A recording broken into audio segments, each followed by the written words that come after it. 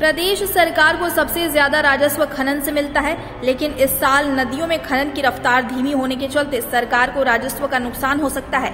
कुमाऊं की गौला नदी, नधौर नदी, शारदा नदी में खनन निकासी कारोबार को शुरू हुए 3 महीने हो गए हैं, लेकिन इन नदियों से निकलने वाले उप खनिज निकासी की रफ्तार बेहद धीमी है। केंद्र सरकार ने गौला नदी से खनन निकासी के लिए 38 लाख घन मीटर लक्ष्य रखा है, जबकि नधौर नदी, शारदा नदी से निकलने वाले उप खनिज का लक्ष्य अभी तक निर्धारित नहीं किया गया है। गौला नदी से निकलने वाले उप खनिज के लक्ष्य 38 लाख के सापेक्ष में अभी तक 14,85,000 घन मीटर खनन निकासी हुआ है, जिससे सरकार को 2,38,90,000 का राजस्व प्राप्ति हुई है। नधौर नदी से 1,90,000 घन मीटर खनन निकासी हुई है, जिसके सापेक्ष में 74,45,000 घन मीटर। शारदा नदी से 1,45,000 घन मीटर खनन निकासी हुई है, जिसके सापेक्ष में 1,25,000 की राजस्व की प्राप्ति हुई है।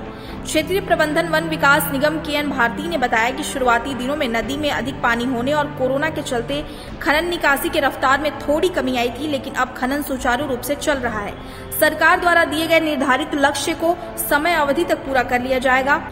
उन्होंने बताया कि नदियों से 31 मई तक खनन कार्य होना है। उन्होंने बताया कि गौला नदी और शारदा नदी का भारत सरकार से दिए जाने वाली खनन निकासी की अवधि फरवरी 2023 में समाप्त हो रहा है। इसको लेकर विभागीय कार्यवाही शुरू कर दी गई है और उम्मीद है कि फरवरी 2023 के बाद आगे 10 सालों के लिए केंद्र सरकार से खनन कार्य के लिए अनुमति मिल सकेगी।